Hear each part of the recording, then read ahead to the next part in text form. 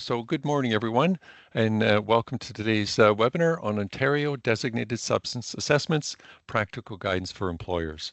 My name is Warren Clements, and I'll be your co-presenter today, along with Jessica Major for our virtual session. Thanks so much for joining us today. Jessica and I are so appreciative of having you on this call, but there's lots to cover, so let's get started.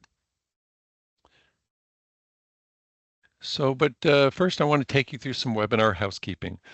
Just a suggestion, mute other devices to avoid distractions. Computer audio is recommended, but phone conference can work too. The chat feature may be used at any times and is public. All participants see your message.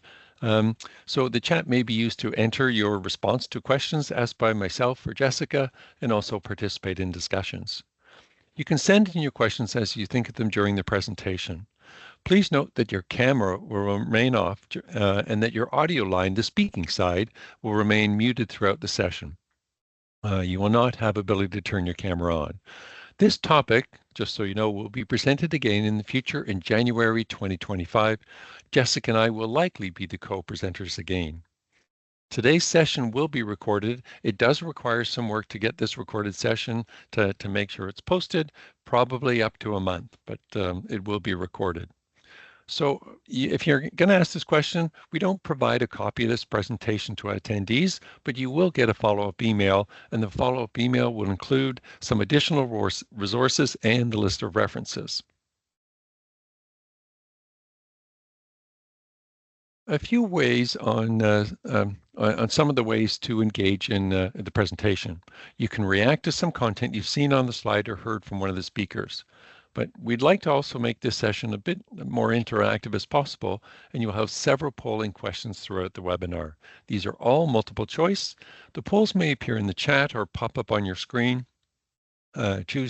Select your answer, then select the submit button. You may have to close the poll as well if it pops up on your screen.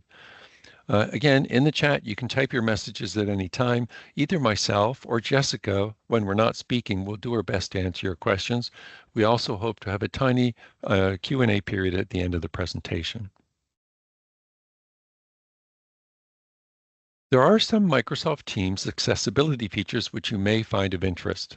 To turn on live captions, go to the three dots or More, select Language and Speech, then turn on Live Captions. To get to full screen, go to View, select More Options, then select Full Screen. A few words on the Safety Connection goals. Hopefully we're sharing valuable information to you on the topic of the designated substance assessment, and we often learn from the audience questions, so please do not hesitate to submit those. So I'd like to introduce my talented co-presenter, Jessica Major, who is a certified industrial hygienist with a board of global EH&S credentialing. Jessica has worked in the health and safety field since 2013. And at WSPS, Jessica is a specialized consultant in occupational hygiene and provides technical services on behalf of the OC Hygiene practice for the North and East regions of Ontario. Thanks so much, Warren. And I'd like to introduce my wonderful colleague, Warren Clements, who will be co-presenting with me today. So Warren is a specialized consultant in occupational hygiene at WSPS, providing technical services on behalf of the occupational hygiene practice to the South and West regions of Ontario. He has worked in the health and safety field for over 30 years. So Warren is a certified industrial hygienist, or CIH, with the Board for Global EH&S Credentialing, and a Canadian Registered Safety Professional, or CRSP, with the Board of Canadian Registered Safety Professionals. So take it away, Warren. Okay, thanks. Thanks, Jessica, for that. On to the next slide, sorry. Just so you know, this presentation is copyright protected. The images are copied under license from Getty Images, so any further reproduction, distribution, or transmission is prohibited unless a license is obtained from WSPS or Getty Images as applicable.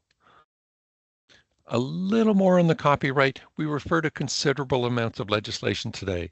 For various provincial legislation and/or guides, we've provided the calendar year of the most recent version. Here's what we'd like to cover today. Definitely some content on the Ontario Occ Health and Safety Act, and then some background on OREG 490. It's been around a long time, since the 1980s, and there's plenty of revisions over time, and it is a very detailed regulation. There are also other Ontario regulations that have content that may link to OREG 490. Specifically OREG 851, titled Industrial Establishments. Also, we'll be mentioning OREG 833, the control of exposure to biological or chemical agents. We'll also likely cover a key guide, an MLI TSD guide or Government of Ontario guide titled A Guide to Designated Substance in the Workplace. We're definitely also going to cover health effects from exposure to designated substance. This might have been one of the primary drivers of the legislation in the first place. All of the designated substances have some serious health effects. So we're definitely going to share some content on the WSPS Workbook for Designated Substance Assessment, including the recently posted PDF fillable version. So we're not going to get into the DSCP Designated Substance Control Program too much. This is pretty detailed and very workplace specific. So here's our first poll.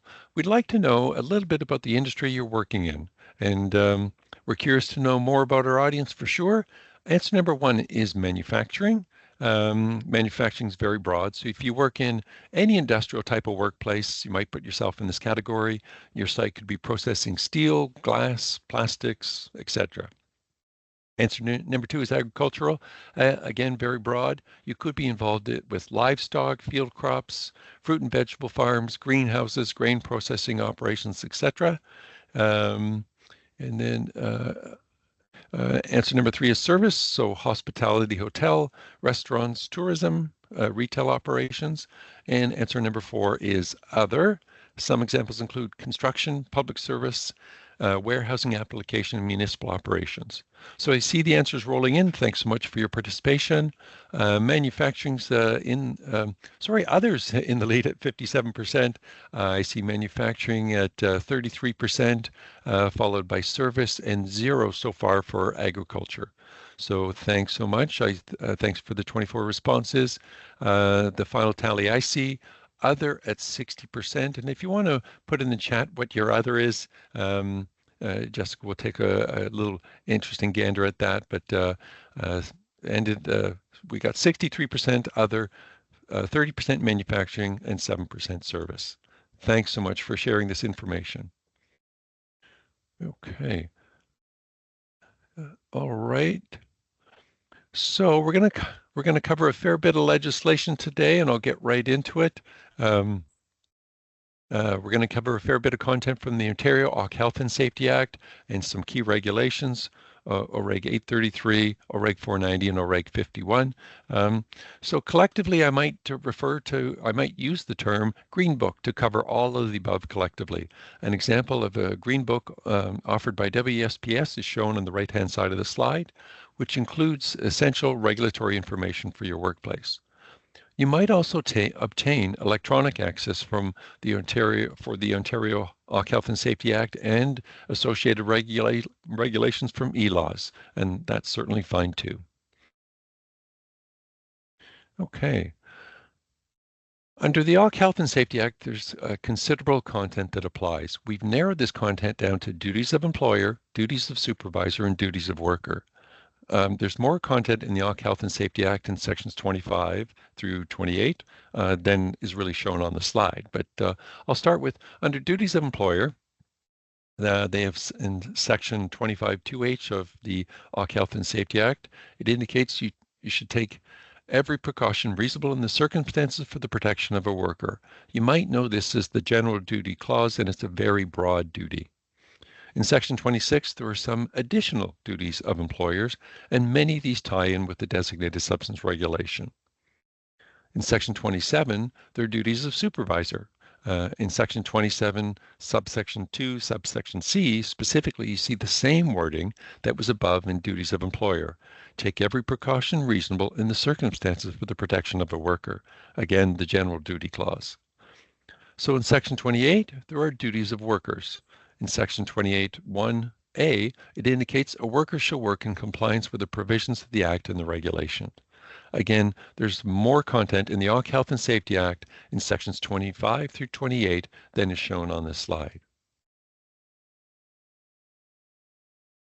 So for OREG 490, I might describe this as a regulation that deals with recognition, evaluation, and control of exposure to a specific group of chemicals or compounds called designated substances. There are 11 chemicals this regulation applies to, and some common ones are silica in crystalline form, lead and isocyanates, and asbestos. In the publication online, you might see the designated substance regulation titled as OREG 490-09.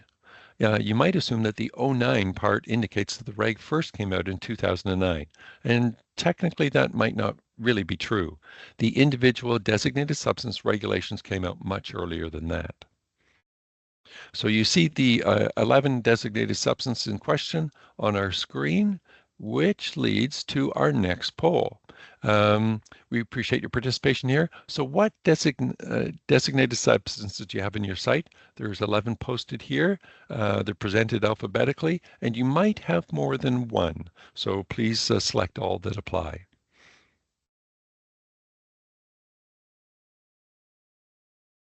Okay, so I see the answers coming in. Fair bit for asbestos so far. And I see 23% at asbestos, 10 at benzene, coke oven emissions 1, ethylene oxide 1. Silica at 20%, lead at 17, isocyanates at 14.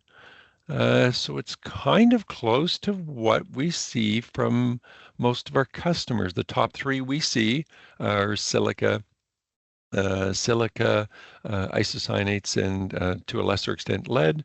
We don't see all that much people coming to us with mercury. I see asbestos at 23%, and wow, super. Thanks so much for those answers that helped us understand the designated substance that you have at your sites. Okay, so some background on OREG 490-09. And initially, the regs came out independently. For sake of comparison, I'll call this version 1 of the designated substance regulation. Lead was its own regulation, silica was its own, and so on. And there's some regulatory changes that in OREG 490-09 that took place or became effective in January 1st, 2020. So in case you're holding a printed copy of the Green Book from 2019, there are some changes that you won't see in that version. Okay, here's a snapshot of the section headers directly from OREG 490 online version. The sections are numbered 1, 2, and so on, and you'll see references to these sections in the Safety Connection today. Key parts or headings shown here are general, application, and employer duties. And here's the rest of the section headers directly from Reg 490-09 online. So key parts or headings shown here are Assessment and Control Program, Respiratory Protection Program, Medical Examinations and Clinical Tests, and after all the sections, Table 1, and then Schedule 1 and 2. There are parts of the regulation that are similar to OREG 833, the control of exposure to biological and chemical agents. For example, the Respiratory Protection Program is common to both. So let's go over some key highlights from the regulation. What will you find? First, a list of the 11 designated substances themselves presented alphabetically, starting with acrylonitrile, then arsenic, then asbestos, and so on. Then definitions. We have to have these to clarify the types or forms of each substance, and for example, which types of asbestos, which types of silica, and which isocyanates apply in the regulation. Application. Here we're generally talking about where the substance is produced, present, processed, used, handled, stored, is a waste byproduct, or byproduct of a process, and at which a worker is likely to be exposed to the designated substance. This section also includes some scenarios where the regulation does not apply. For example, for arsenic, this regulation does not apply to mining operations, including concentrating, milling, washing, etc.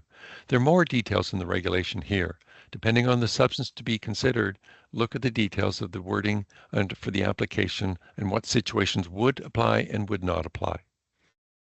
Employer duties. We have a duty to third-party workers, duty to limit airborne exposure, specific duties related to isocyanates, and when a respirator may be permitted. As far as assessment and control program, does the regulation apply? If so, then do an assessment. Does the results of the assessment indicate that the worker's health may be affected? If yes, a control program is required. The regulation, the above part, it's focused on our what the webinar is going to cover today, minus the control program. We'll also talk a fair bit about Table 1, the exposure limits. Here's a snip at the beginning of Section 1 titled Definitions in OREG 490. You'll see various terms used in the regulation defined here. Some of the designated substances have multiple forms. For example, there are 3 lines here describing what arsenic refers to. There's much more in this section here. This section also defines various types of exposure limits, terms used for respiratory protection, and identifies what the code for medical surveillance is. So I just thought I'd share some information on background information on the naming of chemicals, and it's relevant for our discussion today. The same chemical may have many names. Here's one example, isopropyl alcohol. It's also known as isopropanol, 2-propanol, and the acronym IPA. These are different ways of saying the same chemical. So one way to get clarity on making sure we're talking about the same chemical is to use the Chemical Abstract Service or CAS registry number. The Chemical Abstract Service has been rebranded to be just CAS registry number. The CAS is a division of the American Chemical Society. The CAS assigns a unique number to identify each chemical. Together, using the chemical name and the CAS registry number, we know we're on the same page when referring to a specific chemical. So lead is the designated substance. One form of lead, elemental lead, is shown here with its CAS number 7439-92-1.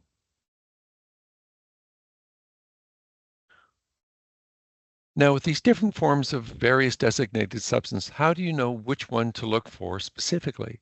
Supporting the definitions, you can also look at Table 1, titled Exposure Limits. This is found at the back end of the regulation. So if we jump down to Table 1 in the regulation for a moment, you'll see that silica, for example, is broken down into 3 different forms of crystalline silica: quartz, tripoli, and cristobalite. These 3 forms of crystalline silica are listed in Table 1, have CAS numbers next to them. Again, this is probably the most practical way when you're looking at an SDS to see if the product you're using contains a designated substance under OREG 490. Here is another snip from Table 1, which shows all 8 isocyanates with 9 CAS numbers. Look at this. Look at the 3 specific types of isocyanate: methyl isocyanate, ethyl isocyanate, and phenyl isocyanate. They're all yellow highlighted. Then look at the notation column for each of these 3 isocyanates. Notice the term skin notation.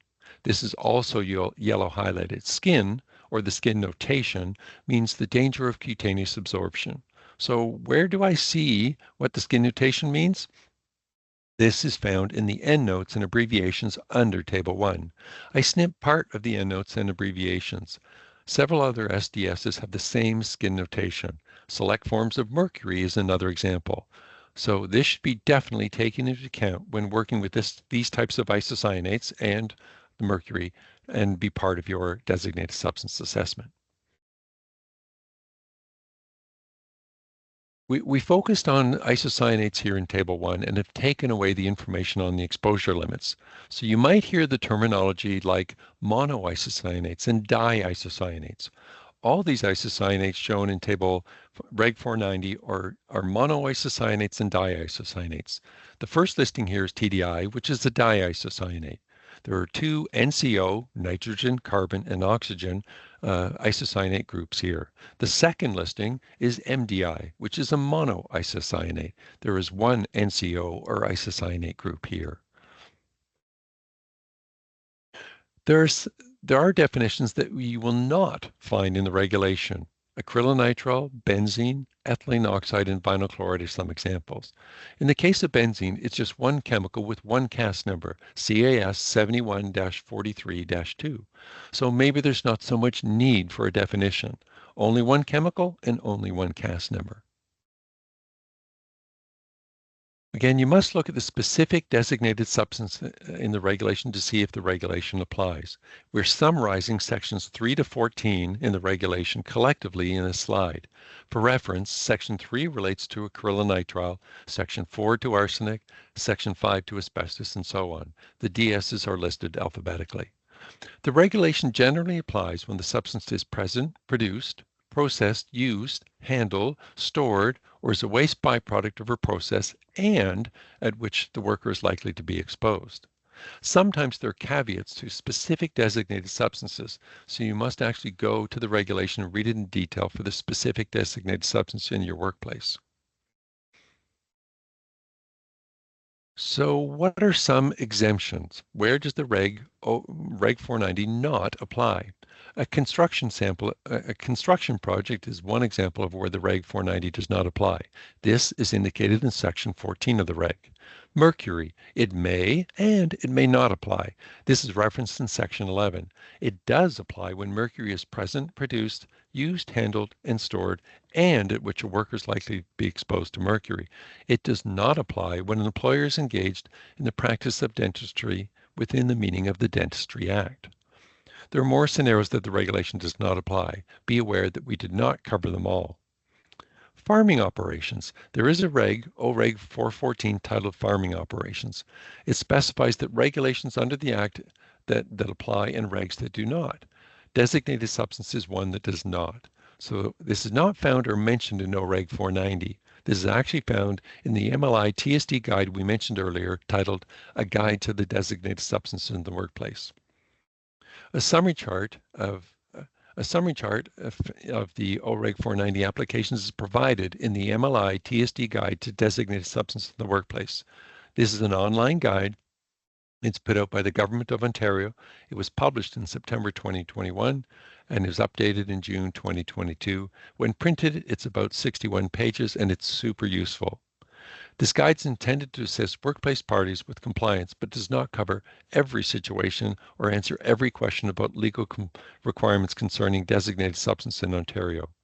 We'll come back to this guide a few times during our presentation today.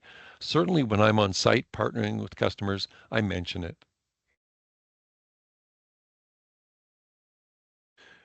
In OREG 490, section 16, this deals with the duty to limit exposure. In section 16.1, the reg deals with designated substances including benzene, coke oven emissions, forms of lead listed in Table 1, and forms of mercury listed in Table 1. Every employer shall take all necessary measures by means of the first part, engineering controls, work practices, and hygiene facilities and practices. Collectively, these are you might also call this part of the hierarchy of controls. The second part is exposure does not exceed the TWA, this STEL or short-term exposure limit, or ceiling exposure limit set out for the substance or the form of substance in Table 1. So for reference, the TWA is defined in Section 1. The TWA, or time-weighted average limit, means the time-weighted average airborne concentration of a biological or chemical agent to which a worker may be exposed in a work week or a work day. So there's also similar definitions to STEL and ceiling. Again, Section 16.1 applies to benzene and the three other chemicals listed above. So in OREG 490, we're now in section 16, subsection 2, that deals with DSs, including acrylonitrile, arsenic, the forms of asbestos listed in Table 1, ethylene oxide, the forms of isocyanate listed in Table 1, the forms of silica listed in Table 1, and vinyl chloride. All the section 16.1 content still applies, but now there are some additional regulatory requirements for these designated substances. Exposure should be reduced to the lowest practical level and in any event does not exceed the TWA, STEL, or ceiling set out for the substance or form of substance in Table 1. So you might say that some extra attention should be put to these designated substances. So you might be asking, how do I know if I've met the duty in section 16, whether it's 16.1 or 16.2? The answer is to measure the exposure. It might not specifically say to do this, but I've certainly seen MLI TSD inspector orders that have required employers to measure the exposure when the employer has DSs on site or the potential for exposure. So you might have heard that PPE is the last line of defense. In section 16.3, this reinforces that thinking. Subject to section 18, an employer shall comply with this section, the duty to limit exposure, without requiring a worker to wear and use a respirator. For isocyanates in Table 1, there are 8 chemicals listed and 9 CAS numbers. In Section 17, there is some regulatory requirement around the duty regarding other isocyanates. Isocyanates not listed in Table 1. And you can see the duty there. The duty is that an employer shall adopt and implement all such engineering controls, work practices, and hygiene procedures are as reasonable and practical, and provide a worker who handles, dispenses, mixes, applies, uses, transfers, disposes, or deals with isocyanates and is likely to inhale isocyanates or come in contact with isocyanates with the appropriate personal protective equipment. As I mentioned before, isocyanates are organic compounds, chemical substances characterized by the presence of one or more reactive isocyanate groups or NCO groups. They can be grouped into monoisocyanates, diisocyanates, all from Table 1 qualify, but also oligomers. None in Table 1 are oligomers. Without going too far into this, there are many compounds that qualify above and beyond the list of the 8 chemicals or 9 CAS numbers that the regulation refers to.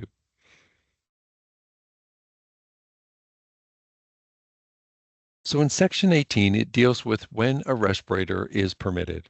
Employers cannot rely on respiratory protection except in certain circumstances. You can see some of the circumstances listed here in the slide. An emergency exists is the first example.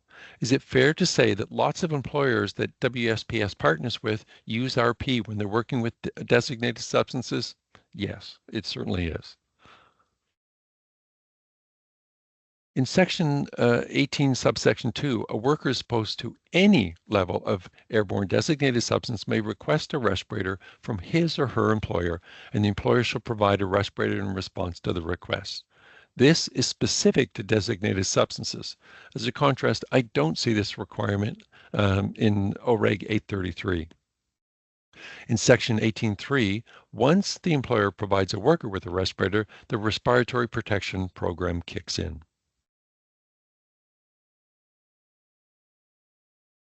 So in Section 19.1, this outlines the requirement to conduct a designated substance assessment and record it in writing. In Section 19.2, we've condensed information actually found in OREG 490. In subsection 19.2 outlines what must be included in the assessment.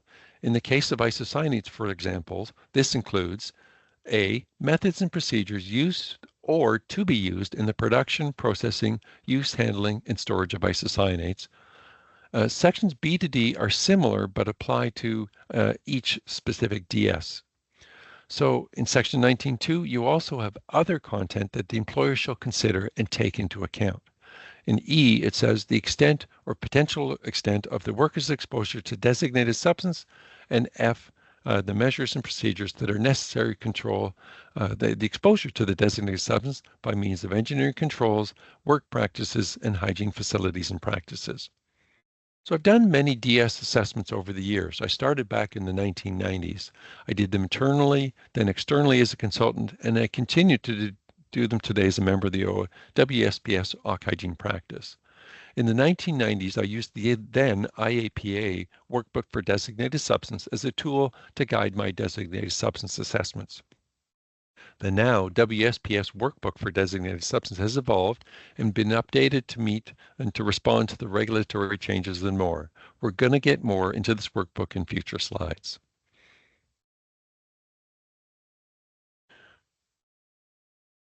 You've potentially heard the expression about the Internal Responsibility System, or IRS.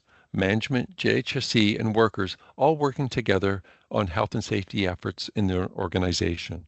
OREG 490 sections 19.3 and 19.4 emphasize this. In Section 19.3, it requires an employer to carry out the assessment in consultation with the Joint Health and Safety Committee, and the committee may make recommendations respecting the assessment. In Section 19.4, it requires the employer to provide a copy of the assessment to every member of the Joint Health and Safety Committee. In addition to these regulatory requirements, I often suggest to the employer that if the designated substance has been shared at a JHSC meeting and feedback is given, ensure this is well documented in the minutes of the meeting. It helps to double confirm that the assessment was shared by management to the JHSC. Here is a specific part of the Ontario Occ Health and Safety Act that applies to designated substances. According to the Ontario Occ Health and Safety Act, Section 9, subsection 2, a joint health and safety committee is required at a workplace which 20 or more workers are regularly employed. But also, according to Section 9, subsection 2C, a joint health and safety committee is required at a workplace other than a construction project where fewer than 20 workers are regularly employed, with respect to which a regulation concerning designated substance applies. Here's maybe a summary. You need a JHSC even when there are fewer than 20 workers if a designated substance applies to your workplace. And this is still the exemption to construction application applies. So imagine you've completed a designated substance assessment. The results of the designated substance assessment are that you should make a conclusion.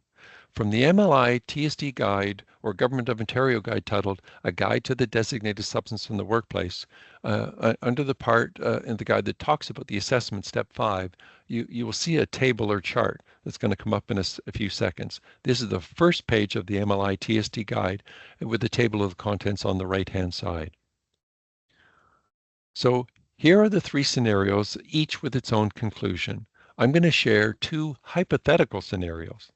An employer has a distribution center or a warehouse. Liquid paint cans come into that distribution center. The paint cans never get opened, they never spill.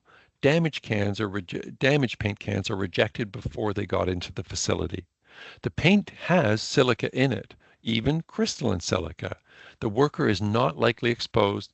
The worker's health is not likely affected, and no control program is required.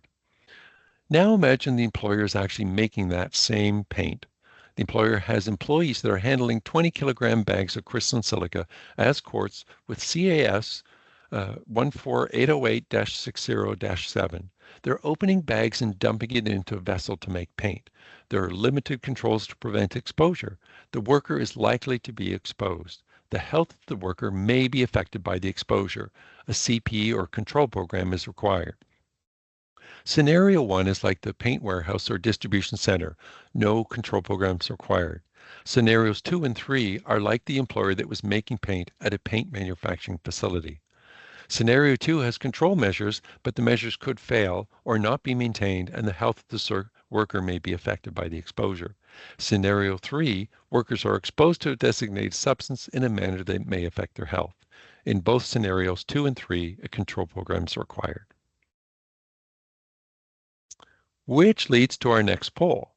Have you done a designated substance assessment at your site? And it does not really matter whether you've done the designated substance internally or externally. Please answer yes either way. Answer number 2 is no, and answer number 3 is you're just not sure. So I see the answers coming in. The poll's opened. I see a yes response for about 60% of the participants so far, and about 35 have said no, 32 are no, and some are not sure. Well, so and so the yes response still is, that's 23 responses, about 61% have said that yes, you got one. So great news for the sites that have done a designated substance assessment. And if you have DSs on site and you don't have a DS assessment, then there's certainly some next steps to take for sure. Okay, thanks so much for your participation in the poll. We're not covering sections 20 and 21. Section 20 deals with the control program. It's very detailed, very site specific, and is beyond our scope today. So section 21 deals with the ethylene oxide emergency program. We're showing the table contents view from ELAWS here for both of these just for completeness. Now we're looking at section 22. Imagine you did an assessment once. Do I need to redo it, say, every year? Well, let's see how the regulation addresses this. Section 22 outlines that a further assessment is required if there is a change in the workplace. Here's the first part. For the purposes of this section, a change means a change in a process involving a designated substance or in the methods and procedures in which the substance is produced, mined, processed, used, handled, or stored, or as the case may be, and in the case of coke oven emissions, a change in metallurgical coking operations. More specifically on section 22 and subsection 2, if there's a change in the workplace that could result in a significant difference in exposure to a worker to a designated substance, the employer shall promptly carry out a further assessment of the exposure or likelihood of exposure of a worker to the designated substance. Maybe here's one obvious example. At a plant, you have one line making product A with a designated substance involved. Now you're building a brand new line making product B with more of that same designated substance involved. So the original content in section 19 under assessment needs to be done for this new line making product B. The reassessment, I'll call it, should be evaluating the measures and procedures used in production, processing, use, handling, and so on. The reassessment should be done with partnering with the JHSC, and the reassessment, the employer should provide a copy of the reassessment to the JHSC. Section 24 outlines requirements for measuring airborne concentrations. You may be doing worker exposure assessments as part of the information you want to have for your designated substance assessment. Or you may have done a designated substance assessment, decided a control program is warranted, and are doing exposure assessments as part of your designated substance control program. Ontario Regulation 490 has some very specific content about measuring airborne concentrations of chemicals. There is an exact duplicate of this content in OREG 833. Your exposure monitoring should follow some standard methods for workplace air sampling. The standard methods are defined in Section 1 of OREG 490.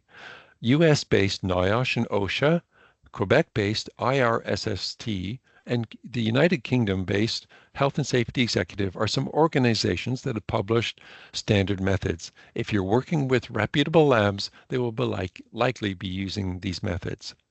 It also requires the measurement to be performed by or under the direction of a person who is qualified because of knowledge, training, experience in the IH practice. So what is one way to identify if a person is qualified because of knowledge, training, and experience in the industrial hygiene or occupational hygiene practice? There's some professional certifications in occupational hygiene. That is one possible way. The US version is a CIH or Certified Industrial Hygienist with a Board of Global EH&S credentialing. In the past, this was called the American Board of Industrial Hygiene. The logo for the Board of Global EH&S credentialing is shown on the top right-hand corner of this slide. The Canadian version is an ROH, or a Registered Occupational Hygienist with the Canadian Registration Board of Occupational Hygienists.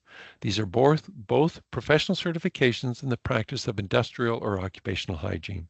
There's more to this section that's not shown here on the slide. There's some additional content about the use of direct reading instruments. Here is our fourth poll.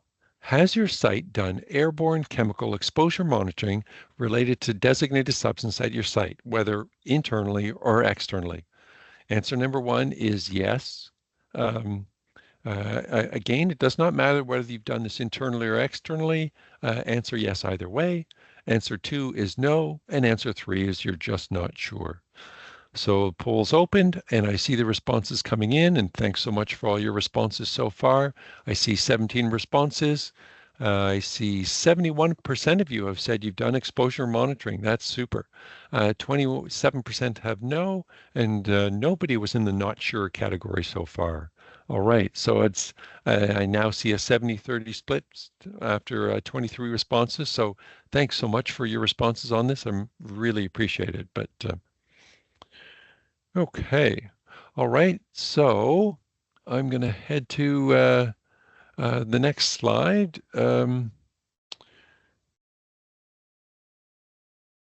So Section 25 outlines requirements for the posting of monitoring results. OREG 833 does not have this specific requirement. The regulation kicks in when monitoring is being done as part of a control program. But if an employer does any OH monitoring, even part of a DSA or designated substance assessment, it makes sense to follow this requirement. Most employers have a health and safety board where they post JHSC meeting minutes, JHSC membership, maybe a health and safety policy, and lots of other key health and safety content. This might be the obvious place to post this, the monitoring results on this board. In Section 490, you see a title, Respiratory Protection Program for Section 26. There's lots of details here. Only a portion of the content is presented in this slide. We can't cover all of this today, but 4 items I will share. This content was proposed in 2019 and came into force in calendar year 2020, so I might call this relatively new. The starting of it all begins when an employer provides a worker with a respirator for any reason. The yellow highlighting, Section 26, subsection 2. The employer provides a worker with a respirator shall establish written measures and procedures regarding the selection, care, and use of respirators. These written measures and procedures regarding the selection, use of care might be put into a formal written respiratory protection program. There actually has been a WSPS safety connection on this topic in the past.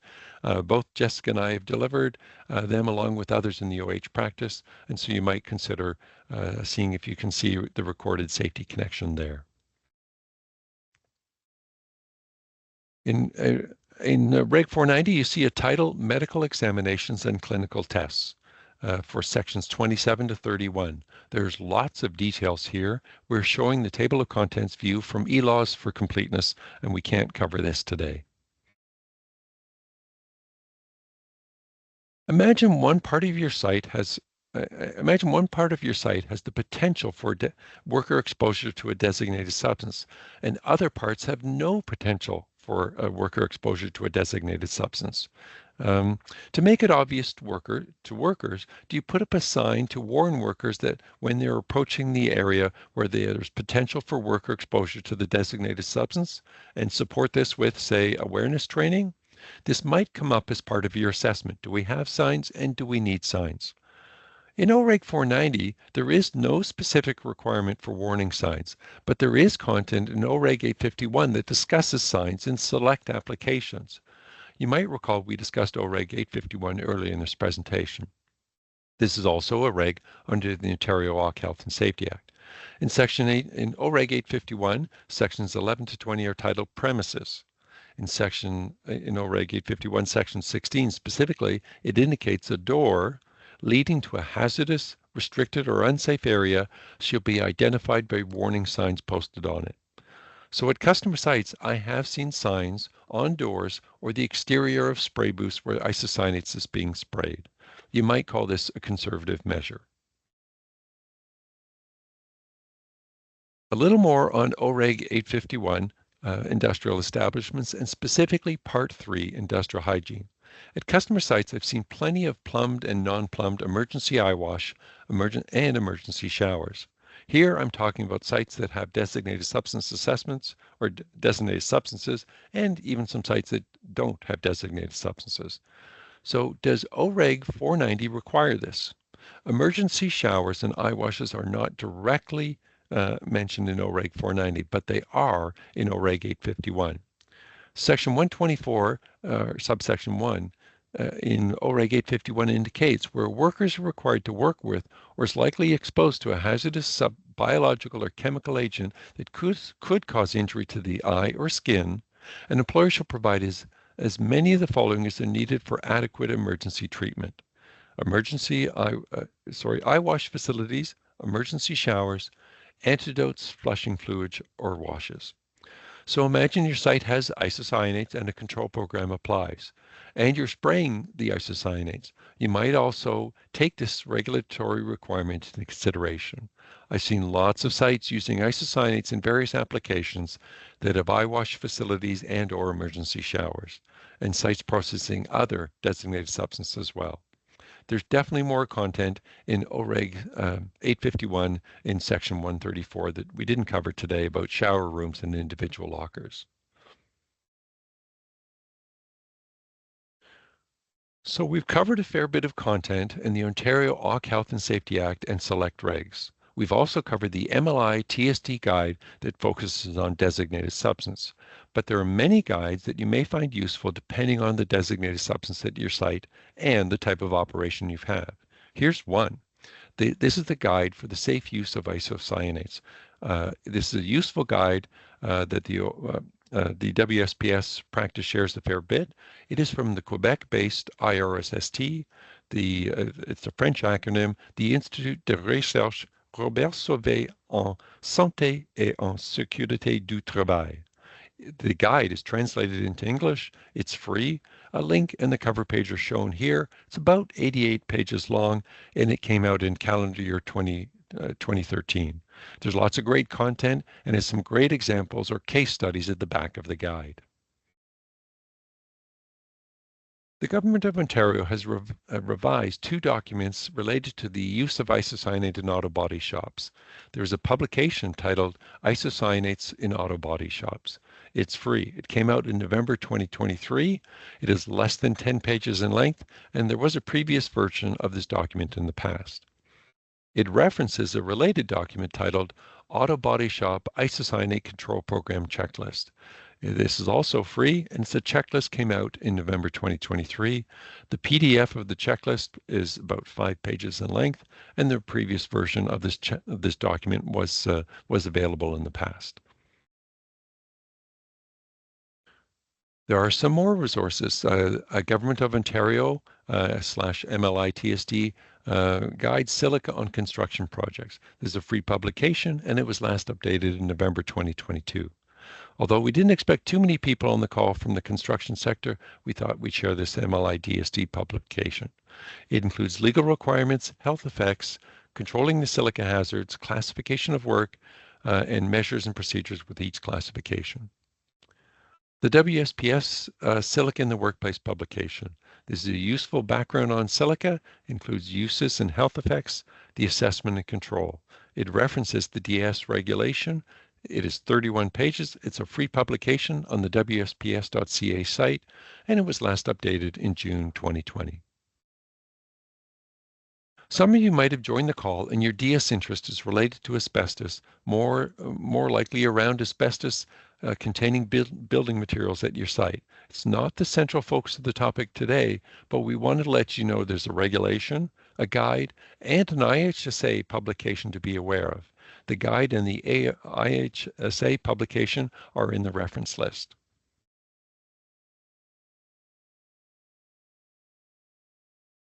The MLI TSD publishes hazard alerts. Here is one of the hazard alerts related to a designated substance, asbestos hazard in vehicle brake repair. In the early 1980s, manufacturing of asbestos-containing friction materials such as brake pads in Ontario ceased. Then there were reports of aftermarket brake pads containing asbestos that were being imported into Canada in 2011. The potential presence of asbestos in the aftermarket brake pads poses an inhalation hazard for the brake mechanics. So this applies to automotive and truck repair shops. So the Silica Control Tool. The Silica Control Tool can reduce risk, protect workers, and improve efficiency for construction companies who work with silica by developing and providing an exposure control plan. This is promoted by OCAL, the Ontario Occupational Health Clinics for Ontario Workers, another partner on the Ontario Health and Safety System, along with WSPS, IHSA, PSHA, and others. So now I'm going to pass the baton to my talented co-presenter, Jessica Major. Take it away, Jessica. Great. Thanks so much, Warren. Now let's take a look at some health effects from exposure to a few of the common designated substances. So only some of them are mentioned in this segment. However, WSPS also offers a 1.5 hour e-course on designated substance awareness and provides a great overview. So for crystalline silica exposures, a person may experience irritation of the nose and throat at high concentrations or eye irritation from the silica particles coming into physical contact with your eyes. If you're exposed to crystalline silica long term, it can be quite toxic. And why is this? Those crystals, when breathed in, can scar and stiffen your lungs, and this can result in symptoms such as shortness of breath, a chronic cough, and weight loss, an overall decrease in lung function, and that can impact your daily life. Physical activities, they may be much more exhausting, and this designated substance is also known to cause lung cancer. Isocyanates.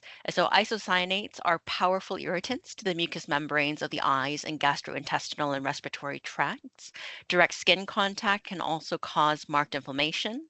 Isocyanates can also sensitize workers, making them subject to severe asthma attacks if they're exposed again. And there is evidence that both respiratory and dermal exposures can lead to that sensitization. And death from severe asthma in some sensitized subjects has also been reported. Workers potentially exposed to isocyanates who experience persistent or recurring eye irritation, nasal congestion, dry or sore throat, cold-like symptoms, cough, shortness of breath, wheezing, chest tightness, they should see a physician knowledgeable in work-related health problems. Now, what about health effects from exposure to lead? So these are more for inorganic lead compounds. When you breathe it in, it can be an irritant depending on how it contacts your body through the nose and throat, in the eyes. But what we're really looking at is that long-term exposure. Now, long-term exposure can lead to some very toxic effects. It can damage your nervous system, kidneys, blood. It can result in paleness, fatigue, weakness, dizziness, confusion, shortness of breath, and headaches. It's a possible carcinogen. So, inorganic lead compounds have been identified by the International Agency for Research on Cancer, or IARC, as probably carcinogenic to humans. The American Conference of Governmental Industrial Hygienists, or ACGIH, has labeled lead as a confirmed animal carcinogen. Exposure to lead can harm the unborn child, can affect development, behavior, your reproductive system, and it can cause genetic damage as well. So these types of health effects overall are what we are trying to prevent. Sometimes the effects are acute, they happen fast after exposure. However, there are many health effects which may have a longer latency, a longer onset when you're actually, where you can actually notice some of those signs and symptoms. And these occupational illnesses are so important to prevent, which is why there are so many requirements in place to reduce exposure to these designated substances and other regulated agents in Ontario. Now, let's move on to examples of designated substances in the workplace. So here are some examples of designated substances we may find in the workplace. These are some common ones. However, remember that there are 11 designated substances and some of them have different forms. So I always encourage you to take a look at your safety data sheets. You can look at those CAS numbers identified in the composition ingredient list and compare it to the table in the regulation online to ensure that the product you're using doesn't contain designated substances. So here for silica, we have examples such as countertop manufacturing, granite, engineered stones, glass products, silica sand, filler, extender, and paints and coatings, foundries in terms of the molds and cores. For lead, soldering applications, welding, casting, shot and ammunition, radiation shielding devices. For isocyanates, we're looking at surface coatings such as paints, varnishes that are two-part, rigid and flexible foams, adhesives, sealants, polyurethane materials production, and more. And now this here is the WSPS workbook for designated substances assessments, and it's been around for a long time. In its current form, it is a fillable PDF. So the intent of this segment of the Safety Connection is to show how to use the workbook as a tool, given the knowledge we've gained from the legislation and guides, and we've applied it in this segment to a hypothetical workplace. So sometimes when we go into workplaces, we found some that have had no designated substance assessment completed, or it wasn't thorough enough. In other cases, we found that the incorrect conclusion was made and a control program was really required for the designated substance at the workplace. So we're going to show you in detail all of the items you need to consider in a proper designated substance assessment under OREG 490. So in the workbook, we have a table of contents shown as a snip here because is a lot of detailed information that's provided for you to streamline this process. And if we look at it in detail, you can see section 1, introduction, including the workbook purposes, assessing designated substances or DSs, and a decision diagram to review, the workbook format, and then section 2, application, with worksheets moving through the presence of that designated substance and looking at, is the worker exposure likely? In section 3, the assessment, we're really looking at the processes involving those designated substances at your workplace and what to look at in a walkthrough survey. And then section 4, making that conclusion, that determination of, is a control program required? And Section 5 provides information on the elements of a DS control program, which we won't go through today, but also includes some guidelines when you're asking yourself, is the designated substance present? Is worker exposure likely? Is a control program necessary? And things to look out for during your walkthrough survey. Again, this workbook is now PDF fillable. So we're trying to make it easier for you to complete this DS assessment for your workplace, as it is, of course, a regulatory requirement under OREG 490.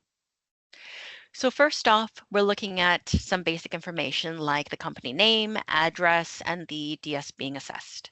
Depending on how many designated substances are involved in the same process, you may want to use one workbook or a separate workbook for separate processes involving other DSs. It's up to you, but you need to ensure that you're doing a full review for each of the DSs that you have on site.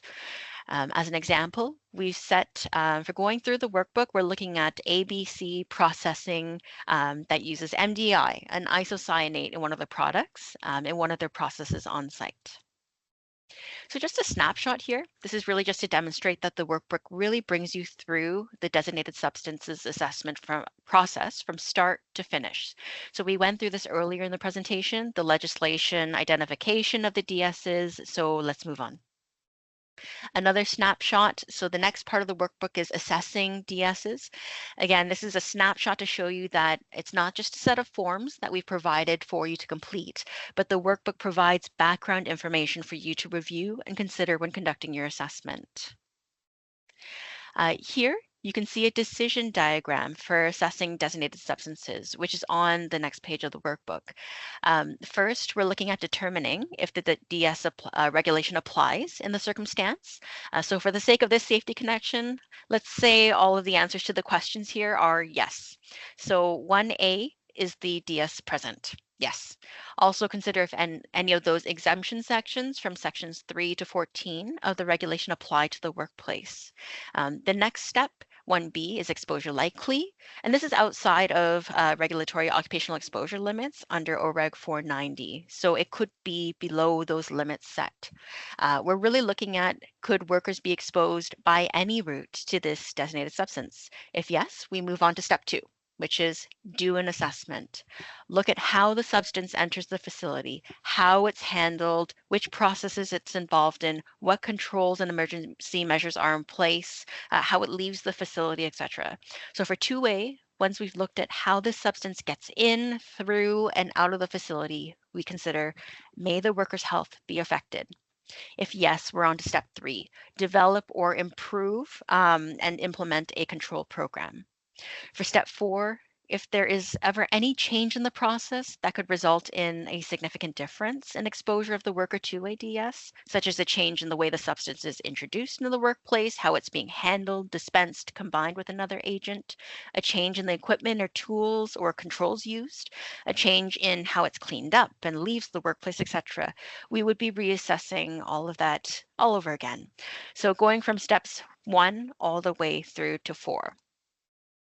Now let's continue with the application portion of this decision diagram. So here's another snapshot of more background information we've provided in the workbook. Now, we always want to look at the safety data sheets for our products to see if a DS is listed as an ingredient. In our isocyanate scenario, we are saying yes.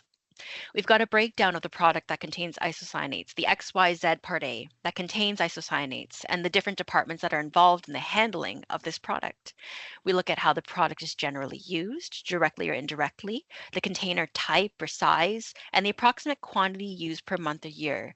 So a good place to ask for some of these approximations can be the purchasing department. And now, before we proceed, there is a spot in the workbook where you can acknowledge that the substance is not present anywhere in the workplace and no assessment is needed.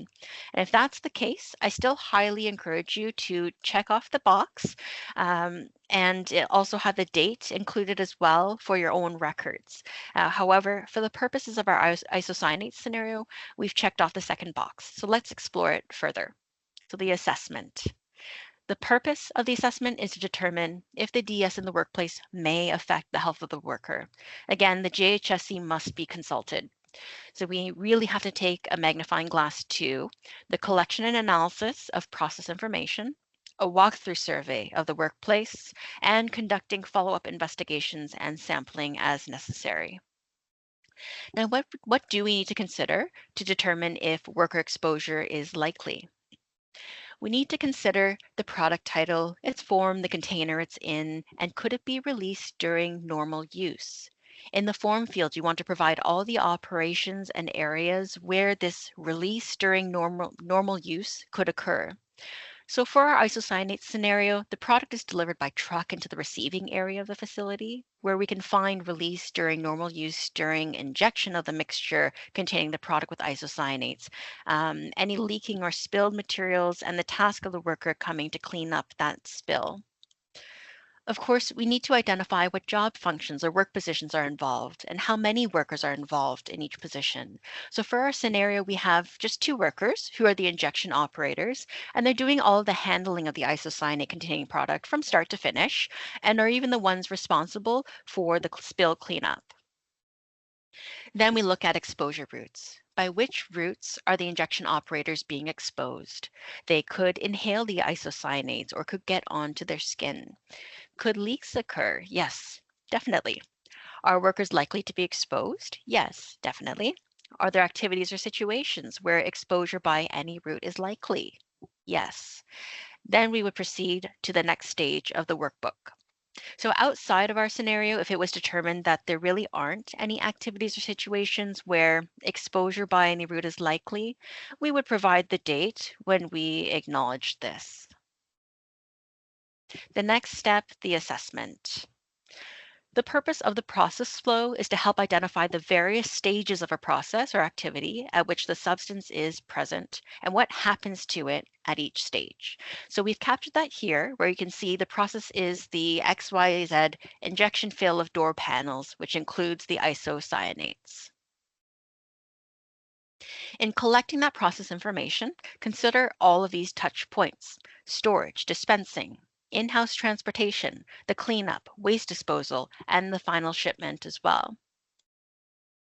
Information is also collected about any existing controls in the workplace, including general ventilation and local exhaust ventilation or LEV systems, information related to work practices such as safe handling procedures for use of the substance, dispensing, cleanup, and storage, information regarding present practices and instructions with regard to wearing and cleaning of work clothes, washing and showering facilities, eating facilities, and practices. Written procedures for handling an emergency, such as a spill or fire, the description of any protective equipment supplied for use by workers at any stage of the process, indicating when and where it is to be used. So you can take a look at that here and apply that information in these columns. We want to look at the elimination or the hierarchy of controls with elimination at the top of this hierarchy all the way down to the bottom PPE. So as you move from top to bottom, remember the control effectiveness decreases. The potential for exposure to that DS basically comes closer and closer to the worker's breathing zone as you move down this hierarchy of controls. An additional note, there may be circumstances where a combination of controls may be required given the type of DS, the work environment, and how the work is performed. For that first step in the process we've identified, the product arrival, you can see that the isocyanates containing product is received by tanker truck. The likelihood of exposure to the isocyanates is low at this time. The task takes approximately 2 hours per week by 2 employees. Then what controls are in place? General WMIS training, safety glasses and safety shoes, chemical resistant gloves. What controls will we change or update in future control recommendations? Perhaps chemical specific training, long sleeves. We're looking at storage as the next step. Transport to production. You want to include details and more details to show that you've done a thorough review. The next step, the injection gun pre-production test. Something like this, testing our injection gun before it's actually used for production. So that is captured as a step in the process flow. Then for step 5, we have the actual injection of the door panels. For step 6, we have the final finishing of the panels and the transfer to the storage racks. And then finally for 7, we have disposal. So the next part of the assessment is the walkthrough survey. So here we're looking at confirming that information gathered so far about the process involving the DS and the worker's potential exposure. So there should be special considerations made, such as what you can actually see. So this is under note 1. For note 2, timing is key. Ensure the process involving the DS is actually happening. Are there peak activity times? And for note 3 here, supervisors and workers need to be in the know. They should be aware of the purpose of the walkthrough and, if applicable, provide relevant information. For note 4, we'll go through another worksheet that will describe what you should be looking for. Ask questions during the walkthrough. Look at anything and everything that may be important and note it. So even complaints, concerns, and reported health effects, those are important. And for note 5, other regulations may apply, such as OREG 851. So again, we have some snapshots here of the workbook. So just to give you a high-level visual of what it looks like. So in our specific scenario, in a walkthrough of the facility, what are we looking at? Evidence of contamination, hygiene facilities and work practices, ventilation systems, storage facilities, dispensing procedures, housekeeping, and PPE. Emergency facilities and procedures, and other measures, procedures, and programs, like a respiratory protection program, WMIS, and process-specific training that is provided. So let's do a deep dive into what to look for in your walkthrough.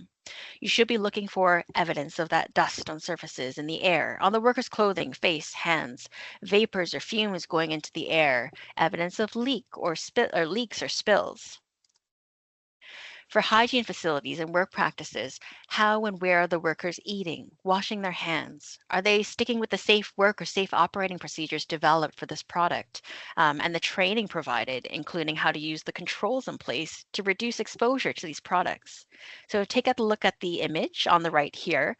So I see this quite often, maybe too much. So lunch containers at workstations, coffee and other drinks located in very close proximity to those chemical products, workplace tools, or PPE used for the work.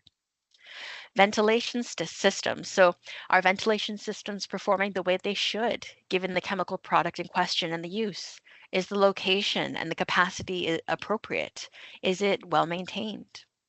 For storage facilities, look at the method of substance storage, such as, are there open or sealed containers? Are they protected from damage or deterioration from sunlight, for example?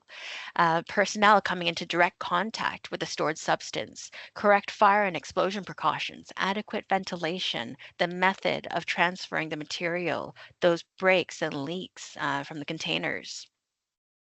Dispensing procedures. So sometimes it's about how a worker performs the task that can result in the most exposure over a very short period of time. So you can see here the worker emptying the bag by shaking it. So I've seen quite a bit of significant dust generation and overexposures from a task like this alone. For housekeeping, do you see dust or residue on surfaces? What are you doing to clean it? And is that process re-entraining the dust into the air? Will the products and materials used to wipe down surfaces actually be able to pull off the chemical from the surface? Check for visible contamination in eating rooms, washrooms, and waste collection and disposal areas as well. For PPE, remember, PPE is not a one size fits all, not for the worker, not for the chemical product being used. So some PPE materials are incompatible with certain chemicals they come into contact with, and some forms of PPE are not suitable depending on how the work is performed. So CSA standards like the one shown may provide some guidance on the appropriate PPE, and there are certainly other guidance documents as well. So remember, for PPE like respirators, a worker who is exposed to any level of an airborne designated substance may request respiratory equipment from his or her employer, and the employer shall provide respiratory equipment in response to the request. So this is in the regulation. In an emergency, do you have what you need to clean a spill or leak? So materials, PPE, communication plan, first aid. The SDS can provide the specific information for you. An SDS for isocyanates may be able to indicate, may indicate to collect any spillage with non-combustible absorbent materials such as sand, earth, or vermiculite. A suitable decontaminant could be sodium carbonate and water, but suffice to say, follow what the SDS says. A WMIS program is especially important, so include that designated substance specific detail in your program. Employer information, such as an employee handbook, DS orientation training, etc., would be important to include this information as well. So going back to our isocyanate example, we're documenting periodic small spills we've seen from the injection gun. In places where we suspected leaks could occur, like storage tanks, but no leaks have been seen, even if we don't see it, we want to document that we haven't seen it. For hygiene facilities and work practices, we have a checklist posted in the receiving area for unloading isocyanate containing product from the tanker truck. So only workers trained in isocyanate related procedures can work with the product. And breaks and lunch are taken in a separate room from workers, and washing facilities and lack thereof for facilities like showers are identified in this designated substance assessment. For ventilation systems, the injection bed has local exhaust ventilation with airflow sensors sounding an alarm if the airflow is low. Monthly maintenance has been noted as non-existent. However, daily worker checks are performed on the local exhaust ventilation systems. WMIS labeling is appropriate on storage tanks and containment in the production area. Access is limited to the injection operators and direct supervisors who have received that training on the procedure. In terms of dispensing procedures, there are written procedures and checklists for tanker unloading, the injection foam operation. For housekeeping, there is no specific procedure in place, but periodically a floor sweeper is used and dry sweeping is performed. And a general drum is used for collecting that isocyanate containing waste. For PPE, company laundered clothing, work clothing is worn, in addition to other company provided PPE like safety glasses, chemical resistant gloves, which is listed in this slide here. For emergency facilities and procedures, there is no specific spill control program for the product. The spill kit, though, is located in key areas identified, and there are appropriate spill materials in the kit as well, such as universal absorbent pads, brooms, socks, eye wash stations, and emergency showers are also available. For the other measures, procedures, and programs, there is no DS-specific signage warning that the product is present or in use on site. Training is not specific. There's no respiratory protection program in place, and air monitoring is really only prompted by the JHSC, but there is a medical surveillance program in place for those injection operators. For Worksheet 5, your conclusions from your walkthrough. Was there any case where controls were needed or were found to be inadequate? So we've checked off yes. Let's provide some details, the area of concern and the suggested improvement here. Is there a concern that workers may be exposed to isocyanates in the air? Yes. Now we need to quantify it. So we need to perform air monitoring to understand those worker exposures. So in the blue field here, we want to indicate the specific areas of concern for that air monitoring. So this is some information provided in our workbook about exposure monitoring or air monitoring or air sampling. One example here shown, when someone such as myself comes in to conduct that air sampling, we're following standard methods established by agencies such as the U.S. National Institute for Occupational Safety and Health, such as NIOSH, the U.S. Occupational Safety and Health Administration, or OSHA, and ISO methods as well. So we are always following a standard methodology when we were performing this air sampling. In the ministry's guide to designated substances in the workplace, in the assessment section, you'll see that following the inspection, arrangements for air sampling should be made if either there's reason to believe that the health of the workers may be affected by exposure to a DS, or the airborne concentration of that DS may be near or greater than the OELs, so it doesn't necessarily have to surpass it. So how can you even make this determination? The only way to know for sure what the exposure is to have proper air sampling conducted by a hygienist like myself. So air sampling may be necessary when it's not possible to immediately determine the extent or even the existence of airborne concentrations of a DS. So this quantifies the airborne contamination, if any, and the findings that can be used to assess the adequacy of the existing or proposed controls. So again, sampling needs to be carried out by or under the direction of a person who is qualified because of the knowledge, training, and experience in industrial hygiene practice. So you can find that in the legislation. And the last field for worksheet 5, are there any workers for whom medical testing and or examinations may be required because of potential exposure to the isocyanates? So we have identified the injection operators to be included in this type of surveillance. So here's a snapshot of the last stage of the DS assessment, that assessment conclusion. So we're looking at one of two conclusions. No worker's health may be affected, or a worker's health may be affected. So to make these determinations, we need to consider some scenarios. So our first conclusion option, a control program is not required. The substance is present in the working environment, but because of the amount used or the physical state in which it's present, it's not possible for the worker's health to be affected by exposure. Workers are exposed and there are some engineering controls. However, the health of the worker is not likely to be affected because the risk of the health will be minimal, even if those engineering controls failed. So in this circumstance, no worker's health may be affected and a control program is not required. So you can see this in that guide for the OREG 490 regulation that's provided by the Ministry of Labor here. This is pulled out from that.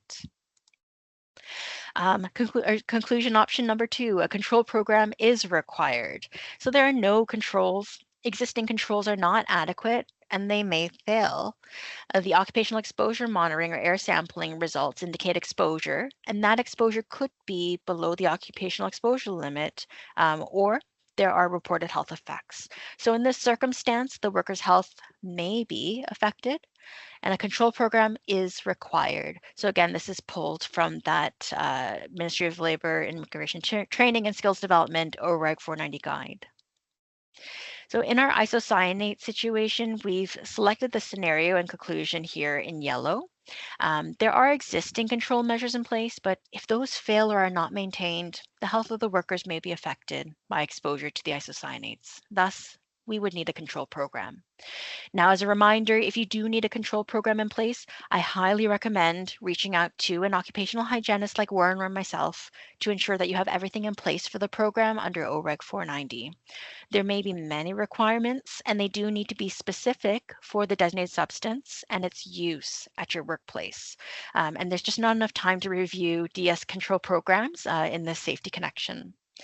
So now that we've made our final conclusion that we need a control program for isocyanates used on site, we need that sign off from management and the JHSC or health and safety rep and the date it was completed. If anything changes that would significantly affect that worker exposure, the assessment again would need to be redone or updated to reflect those changes. Now, if you're in doubt about your conclusion, consult again an occupational hygiene expert who can help you evaluate the information you have obtained during your assessment. You can also reach out to the MLITSD or other safety partners covering other sectors such as IHSA, PSHSA, and WSN, and there's OCOW as well for support. There's also the Occupational Hygiene Association of Ontario, private consulting firms, your trade association, and other companies in your industry. For processes that require a bit more information, we have additional pages also provided in our workbook for you. So some more pages here. So for each of the worksheets provided in your workbook, we provide some guidance into what your thought process should be, questions you should ask yourself, and the types of information and detail you need to provide. So this is provided for other worksheets in the workbook as well. We've provided 2 pages for references and resources used or related to designated substances and assessments in Ontario. And this is the second page of resources. So again, these are snapshots from the workbook, which you can download for free from our WSPS.ca website. If you download the PDF, you can click on the links directly in the PDF. So we've come up to our last poll question for today. Do you think you can conduct a designated substances assessment using existing tools like the WSPS workbook?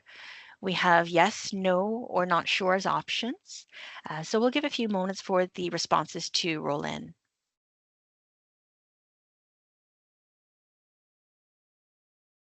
That's a good sign here. So far we have everyone who's participated saying yes.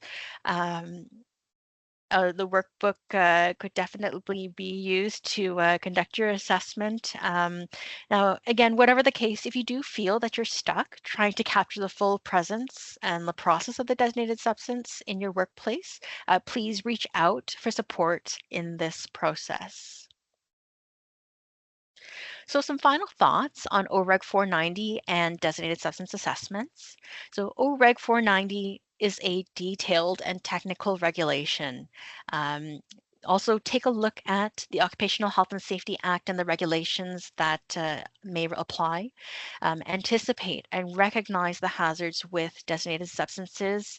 The SDS is very valuable, provides a wealth of information for the specific product you're using, and if there are DSs that you should focus on in that composition ingredients list. So SDS is key. If you do have specific questions, manufacturer supplier of that chemical is a great resource of information as well. Consider useful key DS focused guides, publications, the workbook and tools that Warren had mentioned earlier on the presentation. Assessments are site specific, so measuring airborne concentrations may be valuable to support this designated substance assessment and is required for the control program. And so think about all the workers who may come into contact with the products, whether it's those who are directly handling the products or those who may be going into the area from one side to the other. And in chemical use, it can be done safely. So at WSPS, we are always here to help. We provide consulting and training solutions to meet your health and safety needs. For designated substances, we have a new e-course called Designated Substances Awareness e-course.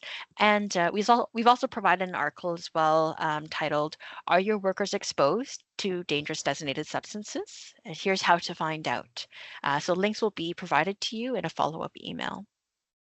And here are the references that were used to develop this presentation.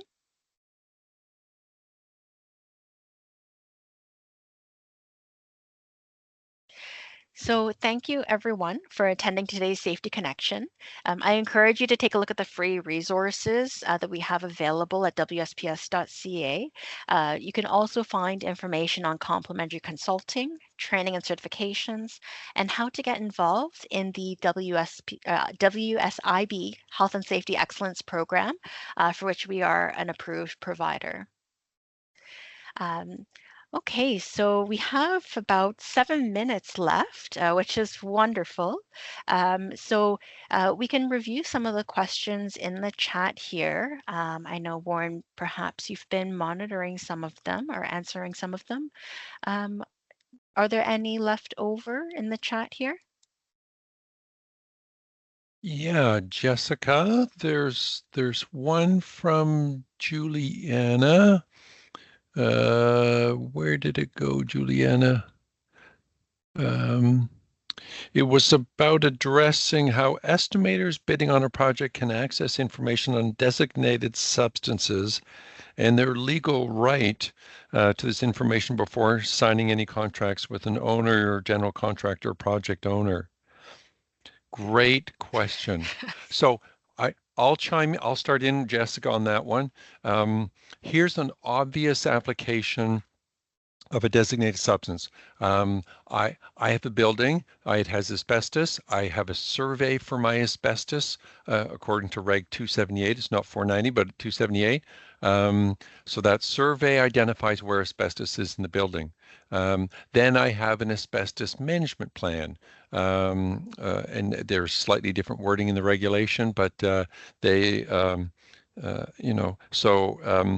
now I'm that company, I'm that building, and I'm inviting contractors come in to do some electrical work. And I want to, what you have to do is you have to communicate to those contractors who are doing work that this building has asbestos, and your electrical work may or may not, or the electrical installation we're hoping you to perform or provide may or may not come into contact with that asbestos. So that's a very specific example where the building owner has to, provide information like the survey, potentially the asbestos management plan, to say, here's where the asbestos is, and your work may come interact with that. Did that? So Juliana, that's one where it's asbestos specific, and there's a regulation around that. So I might add something there, Sure. Warren. So it's Go been a ahead. while since I've moved away sort of from construction. It's been a long time, but just to ask if have you reached out to the IHSA, Infrastructure Health and Safety Association, because they're construction specific, so they should be able to provide you with this information. I certainly don't want to miss any details because like Warren indicated, there are some details here that you provided, which I know in my circumstance, I want to ensure that you're provided with everything that you need. So if you do reach out to IHSA, they should be able to answer some more construction specific questions that you have related to DSs. Yeah, and I see what you're and Juliana, further to that, say, well, it often happens for us. We're going to a site and we know we're coming to visit a site and we're going to look at their designated substance operation. And so we're asking questions in advance, you've got a silica operation, are there specific areas of the workplace that require specific PPE, like respirators, that we couldn't go unless we had that respirator, that kind of thing. So it's kind of it's a it's a before we entered into work, before we went to the site, we'd be asking these questions, and they'd say, "Oh yes, there's parts of our operation that people are working with designated substance A, like silica, like isocyanates, that they're wearing respirators here, and so if you go there, you need to wear respirators like they are, or, generally, we don't. We're not going into spray booths where they're spraying isocyanate. That'd be another obvious example. So it's like a back and forth in the communication between, the customer and that you're partnering with, and yourselves as like an external third party firm going in to do evaluations. So I'm hoping that helps a bit with your answer. Are there any other questions, Warren, that you saw that was Yeah. that may have been missed here?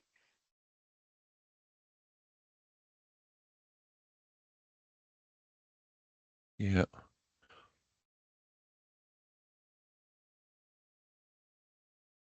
me see here. Legal. Yeah, and Julianne, what if they withhold this until after the work begins? Yike. Hmm. Well, I guess I'm back to as much as possible. You know, you may need to ask questions so that that helps identify that, these issues are present, that kind of thing. So that's part of obviously if in the case it hasn't happened, um, yeah, yeah, it's not an area we get involved because we're We people are reaching out and asking us to help them with their silica or isocyanates or lead operations, mhm, and we're highly, yeah, yeah, and our focus at WSPS, so we are a bit more specific in terms of the service, manufacturing, agriculture sectors. So health and safety has been divided up with our health and safety associations. yeah, So yeah, so again, if you do want those more construction fine-tuned questions with related to construction, please reach out to the IHSA, and they should be able to provide you with the support you need. Now, if we couldn't get to your question today, our email addresses will be provided in the follow-up email sent to you with links to the various resources presented in today's session. So with that, I do want to thank you for attending today's Safety Connection, and I hope you have a wonderful day.